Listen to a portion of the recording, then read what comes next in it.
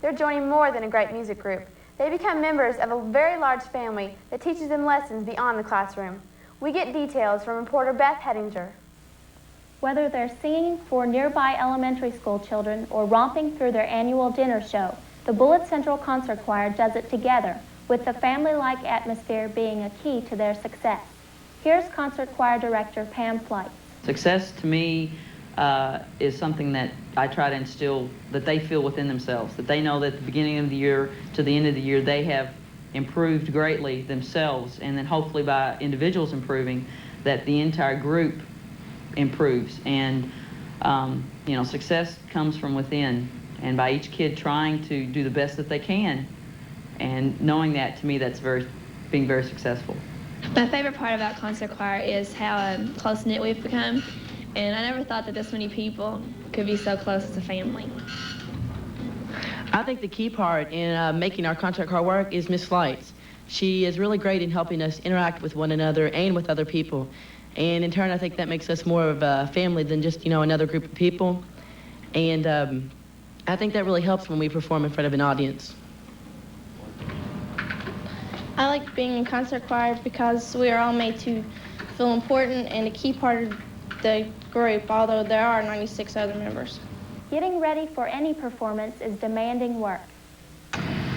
Well, during competition time or getting ready for competition, I kind of even start at the beginning of the year, but now that we're mid-season here, I really begin to articulate with good vocal singing and try to get each and every person to do the exact same thing, to stress more dynamics, to stress more words, that type thing. So everything just to get to be where I have to become a real perfectionist with what we're doing, and takes a while, but by the end of it, it all pays off. So here's a student's perspective of what it takes to get ready.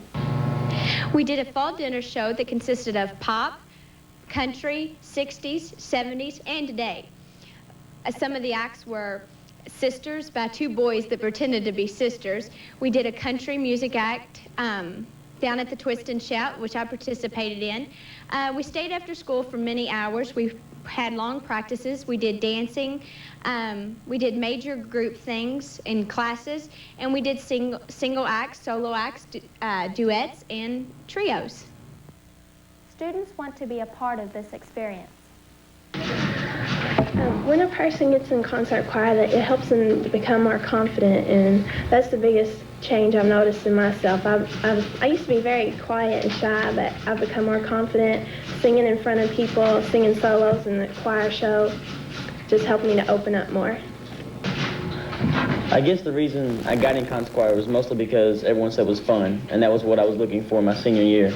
Everyone always talked about the shows they put on and visiting the Capitol and various places, so I got in it mainly for the purpose of having fun with my friends and having that close-knit community and further extending my musical talents. Okay, the reason I got in concert choir was because it was a great opportunity to meet new friends and increase my musical skills. I've always loved music and I love to sing. And in other classes, I have to push myself to try to get an A. In this class, it's more of a group effort. We all work together, and I feel like a part of a family. Concert choir members take pride in being part of a group which creates something beautiful to share with others. Beth Hettinger, Newswise Weekend Edition, Bullitt Central High School. It's been a busy week in the news, as we see in today's newsreel. In the news this week, President Clinton is asking everyone to dig a little deeper into their pockets to help wipe out federal deficit. That's the amount of money Congress overspends each year. To bring it into line, President Clinton is asking Congress to approve the largest tax hike in American history, including an increase for middle-class taxpayers. This after he campaigned last year to lower taxes for the middle class. He's also proposing cuts in government spending. That I intend to find more as I go along. I've just been here 4 weeks, and I'm continuing to work on it. But I've made an awful lot of cuts. I'm going to make some more. In Indianapolis Monday, lawyers for former boxing champ Mike Tyson were back in court, asking that he be given a new trial. Tyson was convicted of raping a woman last year. His lawyers say the original judge refused to hear 3 witnesses who they claim can prove Tyson's innocence. They also say the judge wasn't concerned that the victim had sold book and movie rights to her story. Tyson's supporters say they believe the ex-champ will get what he's asking for. It was just a good American atmosphere there, an atmosphere of justice and fair play. You know, and you can feel it with your gut feelings that justice and fair play will prevail. And I'm optimistic that it will come to pass. The judge is expected to make a decision within the next 90 days. And closer to home, the big news fell out of the sky Tuesday. It was snow, up to 7 inches worth, the biggest snowfall to hit this area in 6 years. All winter long, we haven't had no snow, and then all of a sudden it hits like this real quick. I don't know what to think about it. The snow was followed by the coldest temperatures of the winter, which put a strain on local organizations which feed and shelter the needy. With this week's newsreel, I'm Marcus Harden. Now let's meet this week's News Forum panelists. From Atherton High School, I'm Samir Chaudhary. Hello, I'm Joanna Browning from Marion County High School. Hi, I'm Amy Butler from Jeffersonville High School. From Marion County High School, I'm Claire Thompson. From Ballard High School, I'm John Todd. Bill Clinton says it's time for all of us to pay up. Raising taxes is usually a very unpopular thing to do. Amy, do you think there's anything different about this request for more federal money? Well, there's only so many ways you can ask for money, but I think that if this plan works, it'll be different in that, that it works, because nothing seems to work to balance the budget in the past. But I'm really behind Clinton on this one. I mean, I think he has his head in the right spot. I mean, the only way that you're going to be able to balance the budget is to cut spending and to put in more money. And you can't put in more money without raising taxes. We need changes of some kind, and it's got to come from someplace. I agree with what Amy said. Clinton's doing a wonderful thing, and I know it's going to hurt the rich, but they need to give up something. Throughout the 80s, they've had all the, they've never had to pay as many taxes, and it's time that they need to. It's time for change. I think Clinton also needs to come up with more jobs, because if you have more people working, making money, then they will be spending more money, putting more money into the economy, and you can take that money and lower the deficit there. I think it's good that he's taking a stand so early, within his days in office. He's not waiting, and he's going ahead and starting to change right now. People were saying that, he said he wasn't going to tax the middle class, and now, just after he got in office, he's starting to tax the middle class. But he sees that there's a need for it, and I agree that he needs to do something about that. If he had waited for some time, then the changes may not have been so effective. Yes, and we have to be careful that Bill Clinton doesn't get a bad rap, because, he did say he wasn't going to raise taxes on certain classes of people. But, he had to do what he had to do to get into office. Who's going to vote for somebody that if he gets up there on his platform and says, I'm going to make one of the biggest tax hikes in American history, nobody's going to vote for him. He did what he had to do. He might have not have told the honest truth all the time, but I think it'll pay off in the long run. I don't believe he could have been a politician if he wasn't telling the truth. John, what do you think will happen if we don't deal with the deficit?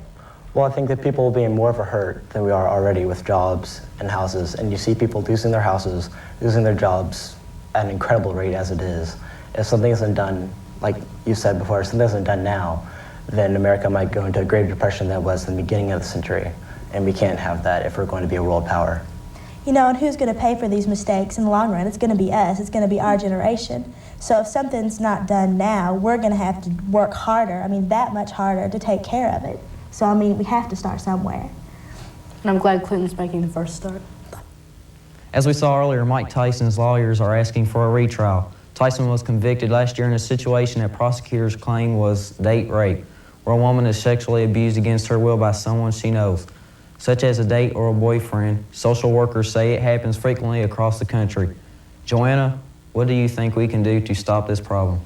Well, I think if girls know the people that they're dating a little better before they get into a situation where date rape could occur, that it would help a lot.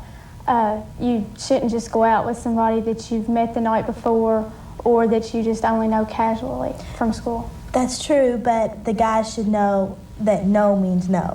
When you're in a physical type situation, if a girl says no, they should stop. No questions asked. No, well, do you really mean that? No, it's it right there. Well, you can't trust a guy to stop, so I think you need to stay in a group situation until you get really comfortable with this guy, where both of you know what you want from each other. You have to stay with other people so that there's not a possibility of that happening. That's true, and another thing is a girl needs to watch out, how she acts.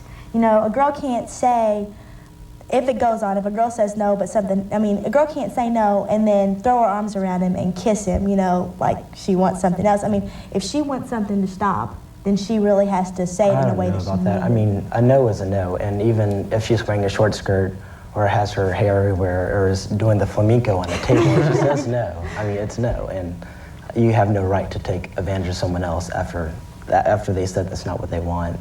So speaking as a male. When they say, well, she was wearing a short skirt, she was wearing a low-cut top. It's no excuse. Yeah. And use it as a scapegoat.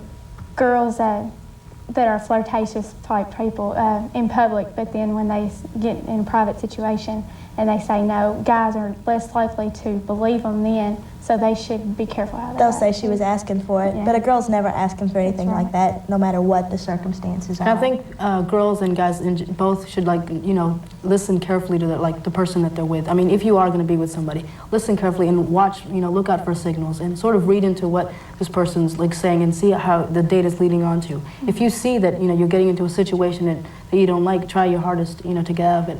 And you really should try to date in groups and such, so that if something does start to happen, you can always, you know, go to somebody for help. Because a lot of times there's nobody around, and what can the girl do? But it's a problem for guys as well, because some girls can use date rape as a vindictive measure. Say he scorned her or he doesn't do what she wants. You can say, well, he raped me. I mean, there's no proof to say that he did or didn't.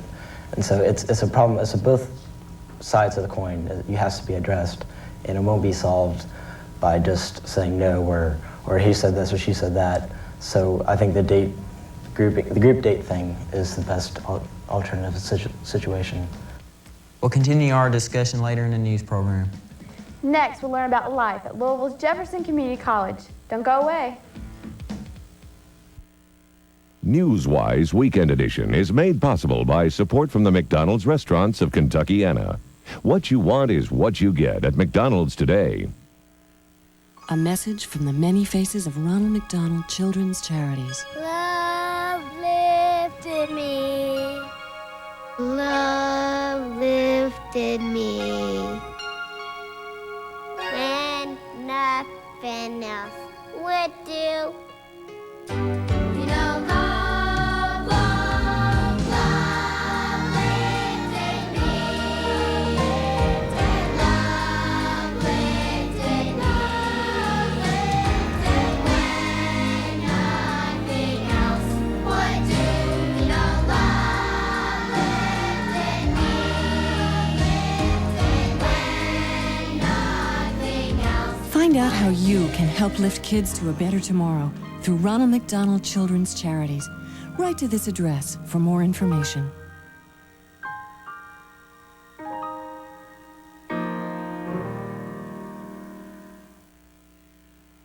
Welcome back. Mention going to college in Louisville and many people immediately see red. Cardinal red for U of L. But Louisville is home to several other schools as well, including Jefferson Community College, and freshman Jeff Davis is here to tell us about it. Thanks for coming on our show, Jeff. Thank you. Tell us about Jefferson Community College. Jefferson Community College is one of 14 community colleges that are a branch of the University of Kentucky. There's 2 located in this city of Louisville, and the downtown campus, which is the one I go to, and the southwest campus, which is on the other side of town. What made you decide to go to JCC? Well, to be honest with you, I graduated from high school last year, and I kind of just played around, didn't really think much about college. I was into sports and things like that, and all of a sudden, everybody said, well, where are you going to college? And I didn't really have an answer, and I kind of applied at a couple schools here and there, in-state schools, and but I thought the thing I wanted to do the most was go to UK, and I didn't have no money to go, so I thought I had to stay home for a year, save some money, and then I thought by going to JCC, which is $350 for full for a semester, it's full tuition. Thought that that'd be the best way to save some money. What classes do the college have to offer? JCC is a 2-year college. It offers your general coursework. Most everything transfers to all in-state schools. I know it does the UK course because it's a branch off of UK, and there's a lot of people who transfer from U of L to JCC, from JCC to U of L, Eastern and Western, and so forth. But you can get your 2-year degree there. There's 20 different two-year degrees that they offer, such as nursing, automotive technology, real estate, and things like that. What's your favorite class you're taking right now? Right now, well, last semester I took a theater class that I kind of enjoyed. It was kind of a break from the day. You didn't really study much, and you kind of just, if you showed up, you got an A. But I mean, not that it was easy. I mean, you had to do the work. You had to get up and act silly sometimes, but I kind of enjoyed it. It was a break from the regular class. What's the best thing about being in college? Best thing about being in college, I guess that the idea that once I graduate, it's over. I mean, it's no more going to school. It's 6.5-hour days in high school and how it was in middle school. It's not going to be like that anymore. You go for 2 hours, 2-3 hours, maybe longer, maybe less if the way you set up your schedule. And it goes by fast, and no one has to tell you to go. If you don't show, you don't have to go. They don't force you to go. Yeah, a lot of responsibility. A lot of responsibility. Tell us a little bit about the enrollment at JCC, and is there any diversity? The enrollment is a little under 12,000. Most classes range from 25 to 30 students. The administration don't like to permit many people over that number, but some professors do because they have the adequate classroom, if they have a big enough classroom. Some don't like 25, so it just depends on the professor. The diversity of JCC, when I went there, I thought that it wasn't much for a kid coming out of high school to go. I thought that it would be most people that were out of school for a few years. You know, I thought there'd be a lot of older people that went to JCC that didn't go to college, that decided to go back, that they'd start at JCC. But I was wrong. There was a lot of people my age, a lot of people that graduated the same year I did.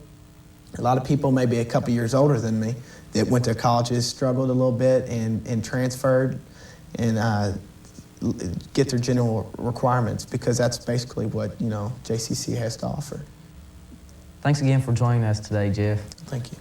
If you'd like to learn more about Jefferson Community College, you can call 502-584-0181, extension 144 during business hours, Monday through Friday, and they'll be happy to talk with you. Still ahead, and we'll hear from our News Forum panel again. But first, it's another winging season for two teams at a local high school. We'll have their story next. Newswise Weekend Edition is made possible by support from the McDonald's restaurants of Kentuckiana. What you want is what you get at McDonald's today. All right, a great man once said, winning, gentlemen, isn't everything, it's the only thing. Look! A grasshopper! I formation, 34 sweep on 2. Got it? Just give the ball to Matt. Tell him to run toward his dad. Got it? It starts every September with teams like the Turkey Creek Hawks, the Bronx Eagles, and the Newport Richie Giants. On fields where dads aren't only coaches, and oak trees mark the end zones. And a good day isn't determined by if you win or lose, but where you go after the game. So McDonald's would like to salute the players, the coaches, the families, everyone who'll help make this season a perfect season. Can we go to McDonald's now, Coach? After the game, Lenny. This is only halftime. Now go sit down. What's up, Jake? What up? Where's Calvin? At the J.O.B., man. What? He's still flipping those burgers at Mickey D's? Thanks, Calvin. He says he has a plan, man. Meet the newest member of our management team, Calvin. Congratulations. Come here, my boy, too. I like that. Yo, Calvin. May we help you? Nothing much, man. Well, I'm out. Hey, yo, Calvin. Now, what's the word on that job thing? Not for me. For a friend of mine. Word. Through 400 years of clashes and battles, conflicts and all-out war, men and women have risked their lives to save them. Perhaps with the hope that one day, you might be able to see them in more peaceful surroundings. The Royal Lipizzaner Stallions. February 28th, Freedom Hall. Tickets now at Ticketmaster outlets and the box office. This cold winter weather we have had this week hasn't cooled off two winning teams at New Albany High School. Reporter Drew Arnold tells us The entire school is celebrating their big achievements. New Albany High School recently honored its state runner-up volleyball team with the ring ceremony. The Lady Bulldogs finished the season ranked 6th in the nation by USA Today. Principal Richard Flatt and Athletic Director Gary Austin made the presentation.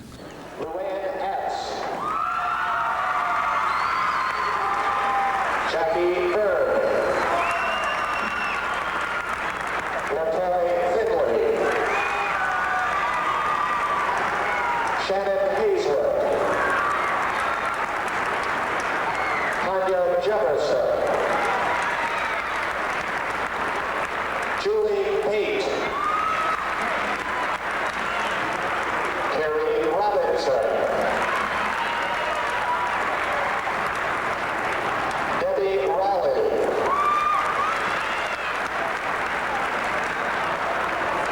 Heather Schaefer.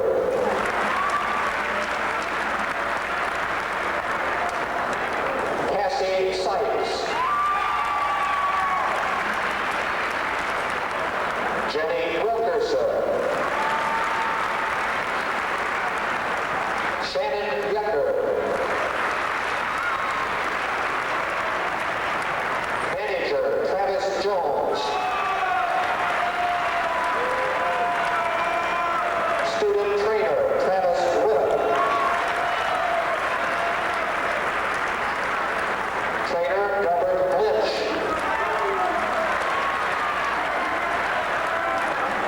Assistant coach Denise Parrish.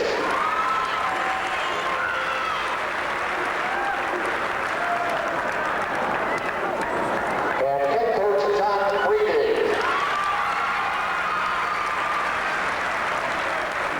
Bulldog sports fans had more to cheer about later in the evening when senior guard Noy Castillo broke the career scoring record for New Albany basketball.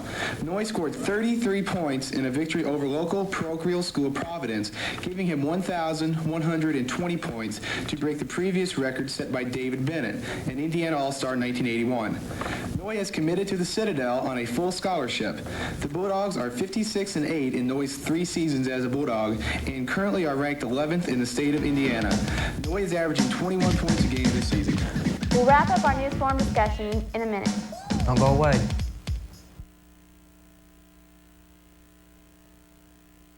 Newswise Weekend Edition is made possible by support from the McDonald's restaurants of Kentuckiana. What you want is what you get at McDonald's today. This is my friend Jenny. She's real sick. She had to go away to see the doctors at the big hospital. Her mommy and daddy went with her, and they're staying at Ronald McDonald's house. Lots of other families are staying there too. So everyone feels a little better.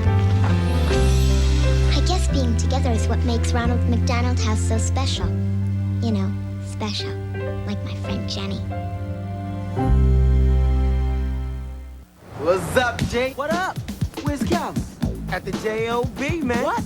He's still flipping those burgers at Mickey D's? Thanks, Calvin. He says he has a plan, man. Meet the newest member of our management team, Calvin. Congratulations. Don't rip my boy too hard now. Yo, Calvin.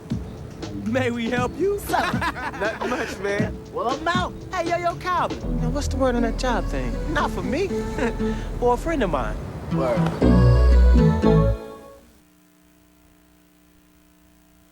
A snowstorm that rolled through the area earlier this week brought 7 inches of snow our way.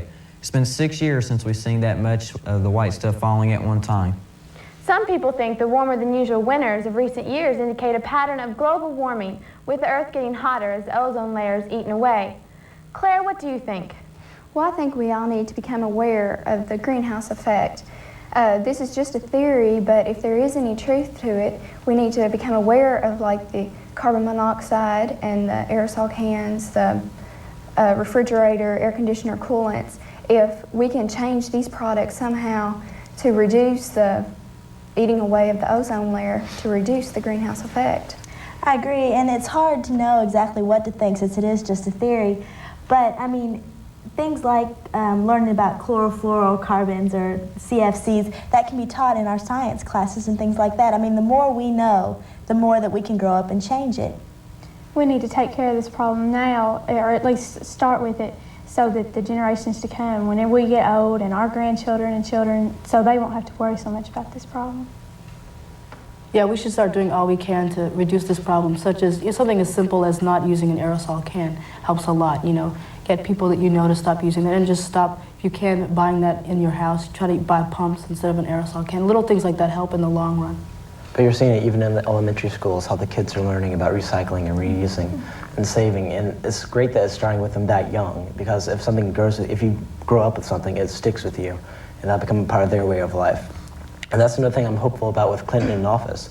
With Gore as vice president, and with his emphasis on environmental issues, I think that would be a great benefit to America and the world as a whole.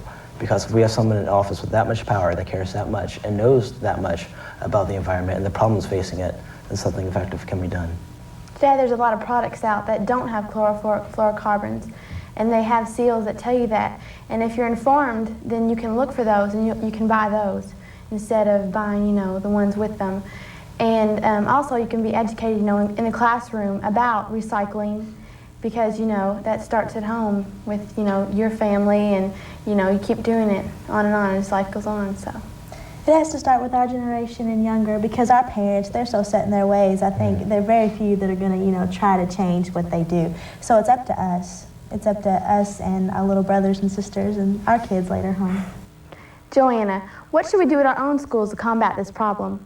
Well, I think starting in the classroom with the younger kids, I really think that is a good idea, because if it's ingrained in them now, they will pass it along to their kids, and everybody in our generation and the generations to come will practice it.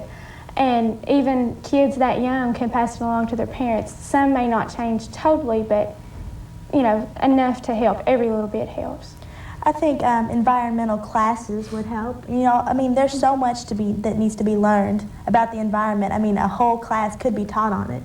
And the way things are now, it should probably be required as a science class, in the high schools and things like that.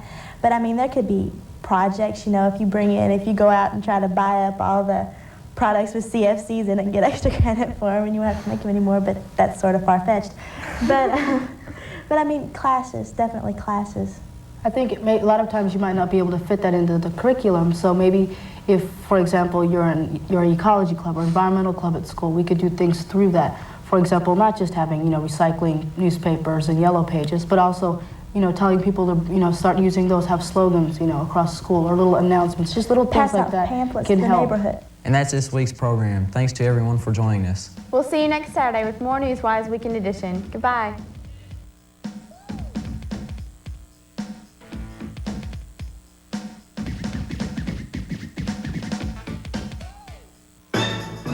This has been Newswise Weekend Edition, a cooperative effort of area school districts and a partnership of the McDonald's restaurants of Kentuckiana, WKPC Channel 15, and Wave 3, the spirit of Wave Country. Newswise Weekend Edition has been made possible by support from the McDonald's restaurants of Kentuckiana. What you want is what you get at McDonald's today. Everyone's talking about Kitty Castle. Moms, dads, and moms and dads-to-be are all talking about Kitty Castle's complete line of furniture and accessories, from strollers and toys to baby, youth, and teen groupings.